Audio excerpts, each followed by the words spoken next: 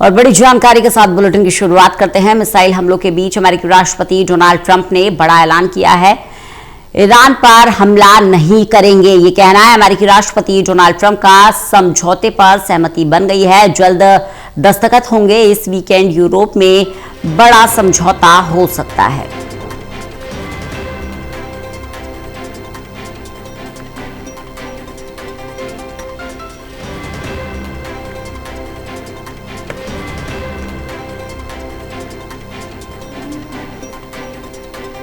बड़ी जानकारी दे दें आपको,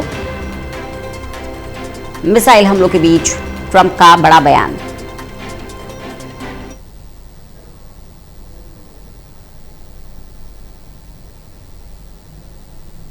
प्रदीप कुमार हमारे साथ, हमारे एसोसिएट एडिटर जुड़ गए हैं ज्यादा जानकारी के साथ।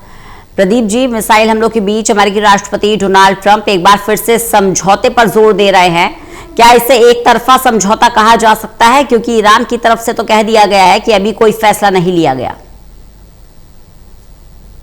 देखिए, बिल्कुल अमेरिकी राष्ट्रपति ट्रंप ने जो ये बयान दिया है, इस बयान के क्या कूटनीतिक मायने हैं, इस बात से समझा जा सकता है कि इस बीच जब राष्ट्रपति ट्रंप की ओर से कहा गया कि जोरदार हमला होगा, तबाही होगी ईरान की, इस बीच उन्होंने अपने रुख में बदलाव किया है और उसके बाद उन्होंने समझौते की बात कही है। तो अब ये तस्वीर साफ नहीं है कि विरोधाभासी बयान जो देते रहे हैं राष्ट्रपति ट्रंप, इस बयान के पीछे क्या उनकी असल वजह है, क्या समझौता वाकई हो गया है। नेतृत्व परिवर्तन को लेकर भी उन्होंने दावा किया है कि ईरान में जो नेतृत्व है वो पहले समझौते के लिए तैयार नहीं था, लेकिन बदलाव हुआ है वहां पर और इसलिए अब समझौते तक यहाँ पर बात बनी है और इसलिए इस वीकेंड के अंत तक समझौता हो जाएगा। यूरोप में इस बात को लेकर इशारा किया है राष्ट्रपति ट्रंप ने।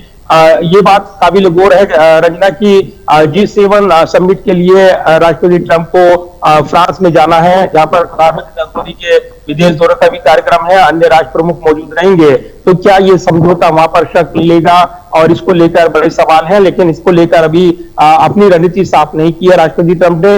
लेकिन इस बयान के जरिए उन्होंने कहीं ना कहीं एक बड़ी कूटनीतिक बहस छेड़ दी है, क्योंकि एक तरफ युद्ध और हॉर्मुज स्ट्रेट में जिस तरीके से जहाजों को टारगेट किया गया, टैंकर्स को टारगेट किया गया, उसमें अन्य देशों के जो सेलर्स हैं, जो नाविक हैं, वो निशाना बने हैं। भारत के अगर नाविकों की बात करें तो करीब 3 लाख से ज्यादा अलग अलग देशों के घंटे वाले टैंकर्स पर उनकी तैनाती है।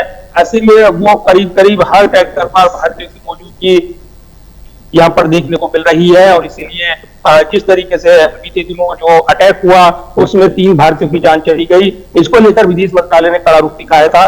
तो ये जरूर है कि रंजना, इस बीच राष्ट्रपति ट्रंप का ये बयान महत्वपूर्ण हो जाता है।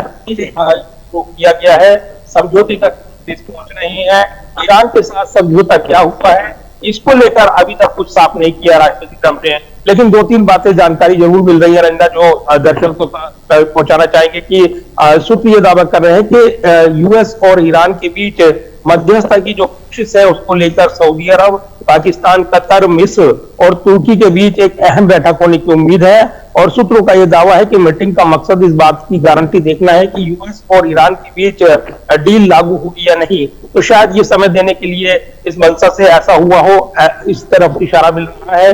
दूसरा, राष्ट्रपति ट्रंप ने यह भी कहा है कि जो परमाणु हथियार नहीं बनाएगा ईरान, और इसीलिए समझौता हो रहा है। ये एक बड़ी मांग रही है कि जो यूरेनियम, अनरिच यूरेनियम जहां पर हमला किया गया था साइट पर, वो अभी भी दबा हुआ है जमीन के नीचे, उस पर अमेरिकी सैटेलाइट की नजर बनी हुई है और ये एक बड़ा मुद्दा रहा है। दूसरा सबसे बड़ा मुद्दा बनकर उभरा हॉर्मुज स्ट्रेट में जो नाकेबंदी की गई, जो ब्लॉकेड लगाया गया, ईरान का नियंत्रण है, लेकिन इसमें अमेरिका की ओर से यहाँ पर नाकेबंदी कर दी गई और ईरान के तेल टैंकर आवाजाही रुक जाए, पूरी तरीके से उसका संचालन बंद हो, ये सुनिश्चित करने के लिए दबाव यूएस की आर्मी ने बनाया हुआ है और इसके चलते अन्य टैंकर निशाना बने हैं। तो कहीं ना कहीं अभी भी युद्ध का मोर्चा खुला हुआ है। जब तक सेनाएं वहां जमी हुई हैं तब तक ये परिस्थितियां बनी रहेंगी और इसको लेकर ये सवाल रहेंगे कि आखिर ये युद्ध कब थमेगा।